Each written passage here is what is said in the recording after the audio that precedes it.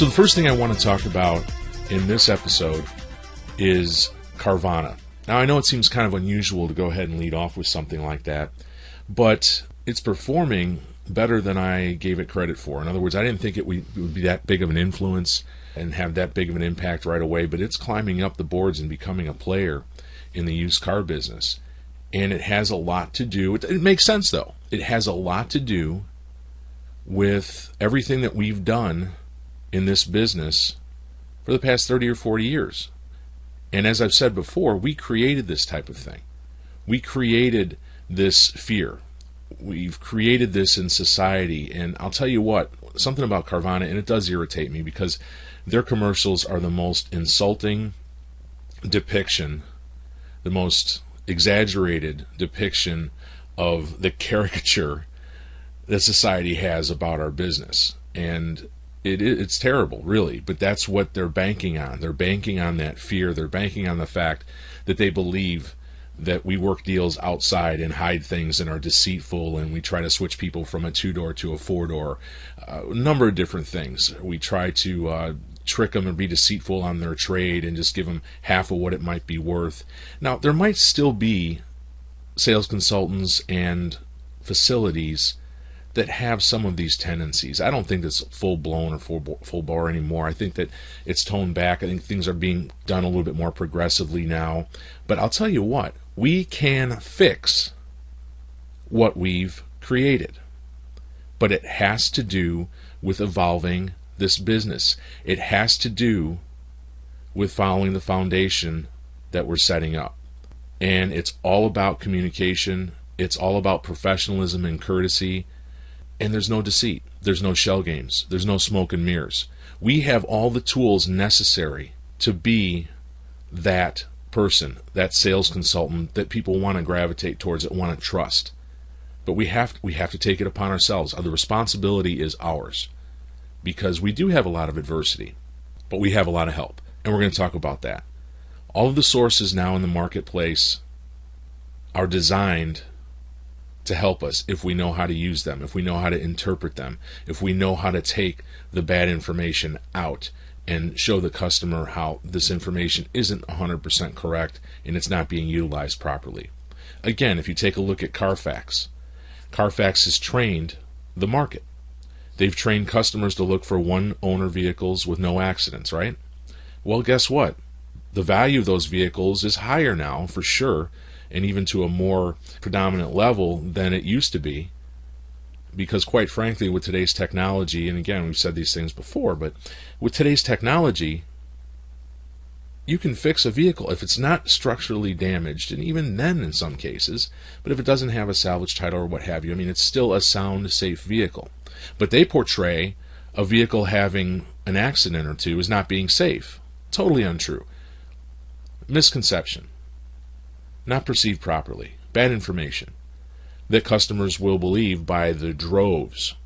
So we have to do the best we can to learn how to communicate properly and effectively to make sure that we get through to our people. But it starts with professionalism and courtesy. You want to talk about exaggerations, and you want to talk about some of the things that Carvana and some of these ads might be doing to portray us. We have to get away from the over-enthusiastic approach. It's okay to be enthusiastic, but if your people are jumping back from you or have a wide-eyed look, you might be going overboard. So you want to think about these things. No more power handshakes. None of that stuff. No more jumping out. Let's take a look at your trade. What do I got to do to sell you a car today? None of that. It's over. We have to get rid of it. It's professional courtesy. What would you like to accomplish today? If you're on the phone, instead of saying, hey, I've got an opening at 4:15 or 4:45, when can you be here today? When does your schedule allow for a visit? We'd love to meet you. You're important to us. We want to take care of you. You see the difference here? And this is how we are going to proceed, and this is how we are going to evolve and get back into, or rediscover, or discover maybe for the first time in some cases, how professional we can be. So instead of taking a look at some of these things like Carfax and this buying service Carvana, by the way, something about Carvana, understand this. The parents of millennials, and these parents are highly protective, have long ago developed their ideas and perceptions of what this business represents. And they've passed them on. They've passed on those perceptions and those beliefs. So that's one of the things too. You don't have to be, and I don't want to insult anybody by saying a social misfit, can't be out in public. That's who Carvana is catering to. I don't want to say that. Although the internet gives people a chance who aren't comfortable around other people and are certainly fearful and anxious, a chance to hide behind something, hide behind a barrier. And Carvana's just taking it to the next level. So understand what it is, but embrace it. Understand too that Carvana's cars aren't fully reconditioned the way they should be. They don't have anybody really to answer to. They think they do, but they don't. They're not going to come in perfectly as they have portrayed them. It's different to be able to walk around a car, to drive a car before you take delivery of the vehicle. Now, yeah, you can reject it, but why take all that time if you trust a professional? If you're able to go look at a vehicle or have one brought in for you by a professional, how about? Wouldn't that be something nice? And there are facilities that do deliver vehicles. So it's not something that we can't combat. But again, it goes back to how we treat the customers, how they believe us, and how they perceive our words and our actions. That's what this is all about. And this is how, again, we're going to progress. But again, Carfax, embrace it. Kelley Blue Book, embrace it. Take a look at the values that they have posted on these things, what their target is. They give us plenty of room to be profitable if we put the right money in trades. And keep in mind, one of the biggest things, and I had this for the longest time, and you've heard this before in a previous podcast, I would think, or hope, or in the book, or in some other videos, but this is huge. Remember when we used to try to counter or have somebody justify their trade-in value? And they said, well, I just think my car is worth that. So even though we have all these sources, which by the way are inaccurate, you have to play to that too. If they were accurate, they'd all say the same thing, but they don't. Although they are coming a little bit closer together now. But you have all this support, and somebody still thinks their car is worth such and such. But here's the big thing.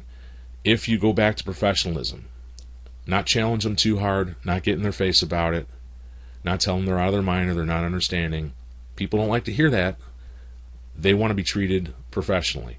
So what you say to them basically is, John, please keep in mind that when you send your friends and family members in to buy from me, and I know you will because I'm going to treat you so well and you're going to love your experience, I can't overcharge them for a used car on our lot. It has to be market-based price. I can't overcharge them because somebody thought their trade-in was worth more. Knowing that, can we go ahead and move forward at these figures? So this is an example of a counter-transition close to a car deal. But these are things that you'll pick up, and those are things that we're going to learn together. But again, it's all about professionalism. It's all about being on an even keel and not getting upset. It's not getting defensive. And the way that that happens is through confidence. And confidence comes from being prepared and having knowledge on how to handle these concerns and objections. It's very, very important. So remember that. Don't be fearful. Keep an eye on things, but utilize all of these sources to your advantage. And we're going to learn how to do all that. We're getting really, really good at it as we move forward. So we had a situation, staying on the theme of used cars, where a customer came in, and we had one of the sales consultants that we've worked with in the past has expressed to me how this feigned indifference concept, to have no bias as to whether they buy a car right now or not, has pretty much set him free and reduced a lot of the stress and anxiety, because the managers that he works with have bought into it also. It doesn't mean that we want to toss these customers out. It doesn't mean that we don't want them to buy a car today, but it means that we're okay if they don't, because we know we're going to get them back at some point if we treat them with professionalism and courtesy. But these people have been trained. You have to take it away. As I've said in the past, we are the worst negotiators in the world in this business. Everybody tries to say, hey, we know our business. We're the professionals. We have the advantage over the customer. How is it an advantage when we don't want to let them go or we can't walk away from the table? Think about it. It's crazy. And that's what we're trying to get away from with the feigned indifference. We want to let them believe that we're ready to let them walk away. Because once you have that, you gain a bit of the control back, you gain some of the power back, and at least you narrow that gap between what they want to pay and what you need to have to make a profit, or a good profit. That's what we're trying to learn and practice and get better at here. But the feigned indifference is really, really neat. If you get this person that has been trained in the past, and we train him, so don't blame him, but it comes in and say, well, I'm going to beat you up a little bit. I want $5,000 off this used car. You better sharpen your pencil. You've heard all of this before. The more and more you hear it, the more silly it sounds. Sharpen your... Okay, whatever. Again, we probably created this. Great for us. But now we have to re-educate this individual. $5,000 off a used car. How in the world, if we are applying our market-based pricing philosophy, can we take $5,000 off the car?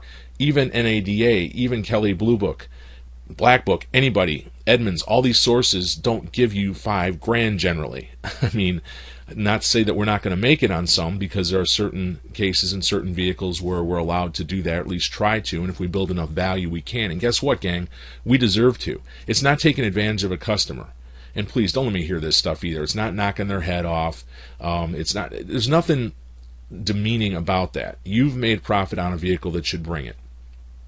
So, that being said, we'll move on. But the feign indifference, the guy that says, I'm going to beat you up, I want $5,000 off, what have you. You go back to, well, here's the interesting thing. Everything now is market-based, so things have changed just a bit.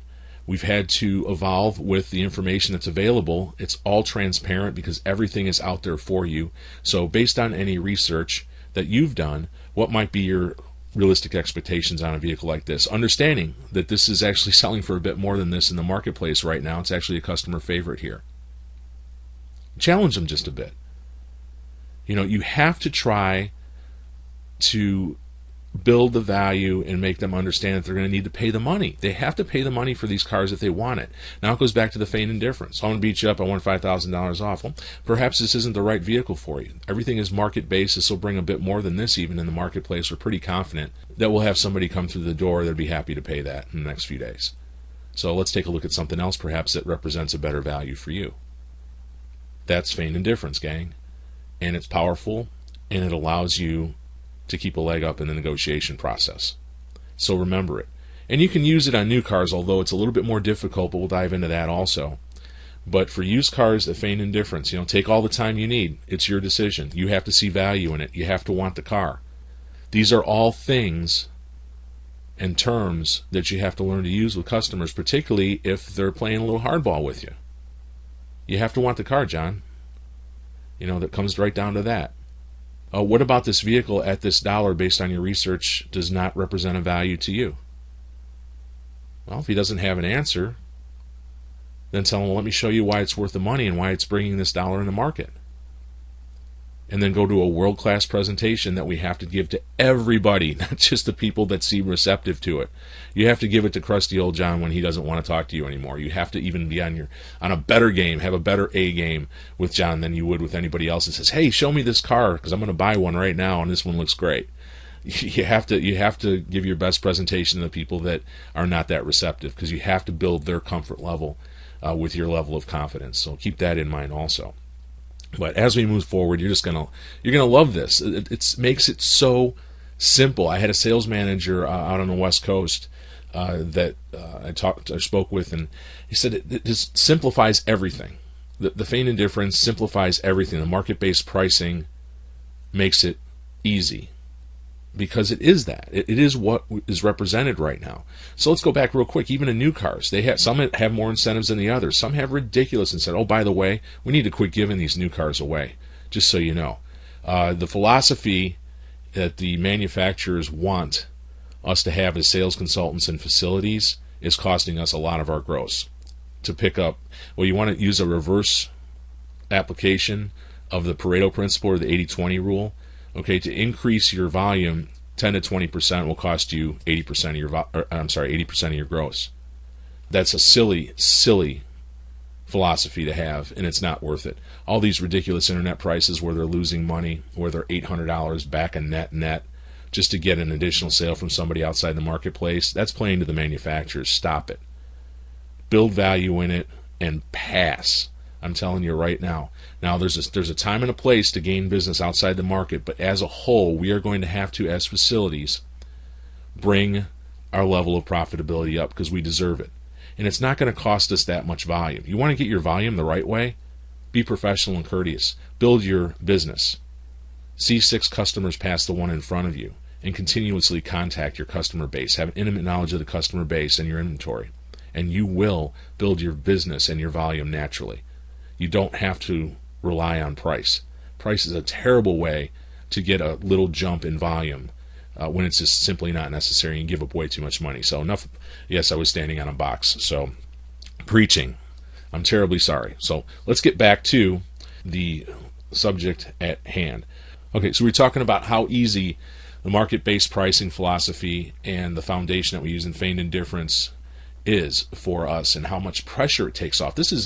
Everybody says this is a high-pressure business. It's only because we make it that way. It doesn't have to be that way. We can feel extremely relaxed because we're confident in what we're doing, and we know exactly which way to go with these customers to get the best opportunity to close them on a car right now, today. Yes, I did say right now, today. Not necessarily saying it to the customer, but that's our goal. Because why? This is an urgent business. Once they leave our lot, yes, they can go any place else and buy a car. We have to be very, very careful about that. But we can't be falling all over these people and sell from weakness. We have to sell from strength always. And we can eliminate the shopping list. If you are professional, if you are courteous, if you stick to the foundation, that is, remember this, write this down if you haven't before, the pursuit of customer comfort and consultant confidence, the practice of feigned indifference, and the utilization of market-based pricing philosophy, and the technique, the counter-transition close that we talk about. If you utilize all these things, if you practice all of these things, if you pursue all of these, there is no angst. There isn't any stress, because you have given yourself the best opportunity and the best opportunity of anyone out there to close these customers. And I'll tell you another thing. If you use these things to perfection, they may just stop. You may have eliminated the shopping list, which is our ultimate goal, our end game, is to eliminate the shopping list. They may drive off and drive right back without ever touching another facility because you've done your job so well. That's what it's about. So let's talk about a couple of situations that I've been emailed about. These are success stories. These are kind of cool. And it just depends on what your philosophy is. Let's talk about the new car first. We had a situation where we had a young couple in, and they were looking at a $20,000 vehicle, $21,000 vehicle. The sales manager wasn't going to start the vehicle or at list because they had some expectations on it, and they were going to go shop. They specifically said, we're going to go shop, and we're going to do we're going to shop 3 places and whatever they say. But here's the situation. They did everything they could possibly do to eliminate the shopping list, and how did they do it? Well, you can take a look at a number of different things. TrueCar is actually an asset, or it can be. It wasn't always that way, and it still is kind of a pain in the butt, and it's still a bit of a scam to dealers. They still lose $300 a crack for no good reason because they end up selling it for less than TrueCar anyway. But the situation is this, is that a lot of times internet sales are more competitive, or if they shop, the pricing is more competitive than something as simple as TrueCar. Do not do this on your own. Ask your sales manager first. But you would be able at some point to utilize TrueCar if you're going to have to go below that price anyway. And I'll get back to that. You'll know what I mean. But based on TrueCar, you can say something like, well, I'll tell you what, the market is bearing about an $800 to $1,200 discount on these units, maybe $15 in some extreme cases, depending upon, if it's a demonstrator or what have you. That's something that we'd like to go ahead and offer you because we don't want to miss you. We'd like to go ahead and take care of you if we could. And they'd already had a good presentation, and we were already kind of on their way out the door and wanted those numbers. So the numbers had to be presented in the right way, and they had to be presented with value. So that being said, is this something that we can go ahead and do now? Can we accelerate the process, take this off your plate, so that you don't have to travel or visit to a lot of these different facilities? Well, they decided they were going to come back. They were local, and it's risky. But they did come back, and basically they said, well, if you can do the 15, and it said it was maximum 12 to 15. If you can do the $1,500 discount, we'll go ahead and take the car. Well, that's a perfectly acceptable deal in this case. And quite frankly, they ended up taking $1,350 in the way of a discount, just split the $300 difference, and we're extremely happy with that. But it was the presentation, it was the professionalism, the courtesy, just everything about it, the culture that was in the facility, the tone of everything. All these things are important. All these things are vital, and all these things can be destroyed and kill a car deal if you're not really, really careful. So again, the market is bearing this on these vehicles. Now, if you have a number of different incentives, like a lot of sales managers out there that work for GM facilities or Chrysler or Ford or what have you, and some other ones, you have certain manufacturers that have big incentives or rebates, or manufacturers don't have any. Maybe they have special interest rates, perhaps factory supported rates. Utilize what you have to utilize to maximize the opportunity to close the car deal. But understand, even if you've got a $6,000 rebate, why wouldn't you try to hold some of that front end gross?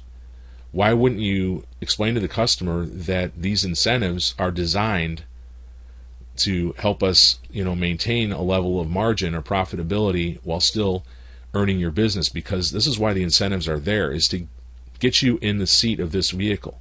We believe in the value. We believe in the fact that you're going to love this car forever, particularly people who never tried it before. We want to get you into this brand, and that's why they have these incentives, to go ahead and take care of you and make sure you try it, because once you try it, you're not going back. You're going to love it. So not enough people are trying it. We need to get you to try it. And the reason is here, and then you build the value in the vehicle. So these are things that you can do, but why not try to conserve some of it? The market is bearing maybe this type of a discount in addition to the incentives. Can we go ahead and do paperwork at these figures? Or can we go ahead and move forward? Let me show you why this vehicle is worth the money. Let me show you why this vehicle has more value than anything in the marketplace at this dollar and in this segment. Whatever. And then it's your job as a sales consultant. But again, move forward and allow yourself the opportunity to make the money, because it's extremely important. If you have the philosophy that everybody is going to shop the internet, that everybody's going to get a price that is a net loss, and you utilize that philosophy and start penciling your gross away at the beginning or giving it away at the beginning, that's selling out of weakness, gang, and it's going to cost you all of it. And then you're going to wonder at the end of the month why you have 15 minis out of the 18 cars that you sold, and that's not what we want either. So if you're striving for that type of volume, and 15 to 18 is respectable in any store, you want at least half of those or more than half of those to be substantial deals. You're going to have, okay, if you have 50% minimum commission, fine, take it, and then do the best you can to maximize on the other ones. But this is, again, what all this material is going to help us do. So as we have an opportunity to close for this particular episode, and I know there's been a lot of information thrown out there, and there's been kind of different directions and rambling on. I do that a lot, by the way, which is just something I'm working on. But I'll go in a lot of different directions, because there's so many different directions that this business can go. There's so many different subjects to focus upon. So what I want to end up with is, I had a situation where a sales consultant had contacted me and said, I've run into this a little bit more than I want to of late, but people are saying, well, I have this much money, I'm only approved for this much, I only have this much in my account, so can you sell me this car for that, out the door? And you've got to watch this, and you've got to really make sure that this is not something that is the case anymore, because it's all market-based. These people used to be trained that, if I have a certain dollar amount, hey, it's cash, it's important. Well, we don't care. In fact, we make more if we finance. So it doesn't matter. It's detrimental to the situation to take a cash deal. We'll take them. We'll take them all. But we want them to finance. We want to maximize our profitability. But the fact that they have that much cash, or they're approved for so much from their bank, let us have a crack at it. We can get more bought, and that's what we have to try to do. But initially, you have to go back to the market-based pricing philosophy and explain what. Let's go back to the situation where somebody says that's too much money for the vehicle. Don't even get to the point where I only have this much, I'm only approved for this much, I only have this much cash. Just go back to the beginning, and somebody says that, and you say, well, when you say that it's too much for the vehicle, do you mean it's more than you think the vehicle's worth, or more than you want to spend a day? And if they say, well, it's more than I wanted to spend a day, then we go back to, well, please keep in mind that what you've budgeted and what this vehicle will bring in the marketplace are not related. Same thing with the people that have been approved for $15,000 and they want a $20,000 car for $15,000 out the door. That's just not going to happen, and it has to be made clear up front that it's not going to happen. Okay, again, what this vehicle will sell for and what you're approved for are not related. Unfortunately, we have to go ahead and take a look at a different vehicle. On the other side of the coin, have you been quoted a certain payment on that loan, and what is your target payment? You can dig a little bit deeper, see if there is a way to tailor something for these folks. If they like the car enough, world-class presentation, perhaps they will buy it. But keep in mind, no deceit, no trickery. It's all about value, it's all about honesty, and it's all about professionalism and courtesy. So when you have that customer, you have to tell them what they need to hear, not what they want to hear. And I had that problem as a sales consultant many years ago. And I know a lot of us do as sales consultants today. But tell them what they need to hear, not what they want to hear. In other words, hey, if I can get that car down closer to 15, is that something you want to buy today? Or let's see what we can do. You're just giving it all away, and you're not selling from strength. You have to be extremely careful with that. So keep that in mind, that when somebody comes in with a check, somebody has a pre-approved amount, and watch those pre-approved amounts too. It still has to be based on the car and, again, what they're buying, what the car will bring. So those are something to keep your eye on also. But those things aren't related. Budget's not related anymore. Market-based. Same thing with new cars. We have to educate the customer up front. That being said, you don't want to throw them out of the store. You don't want to be so negative initially that they lose their comfort level with you. So that's why this can be a little bit tricky. But again, tell them what they need to hear, not what they want to hear. Explain the benefits of market-based pricing and now how they can point to any car on the lot, say, I'll take it at that dollar and be rewarded with a fantastic deal. That's something that couldn't happen just a few years ago. Because again, these are all priced a certain way now. So that's a benefit to the customer. Focus on the positives. If you focus on the positives, things are going to go really, really good for you. So again, if you haven't already, pick up a copy of Beyond the Walk Around. Look for other things coming in the future. Love talking to you. If you have any comments or questions or thoughts, please call at 815-988-1297 or send an email at rob@hamiltonsalestraining.com. That's rob@hamiltonsalestraining.com, or go onto the website, Hamilton Sales Training. Love to hear from you. Anything that you have, we can talk about. If you have any ideas, I'll be glad to talk about it on the next podcast, audio cast. I still don't know what to call these. I know it's a podcast, but yeah, I don't know. I'm not really sure what a pod is. I'm born 300 years too late. I'm behind the times, but I'm trying to evolve as well. So, at any rate, I hope you have a wonderful day, and we'll talk next time. Take care. Bye.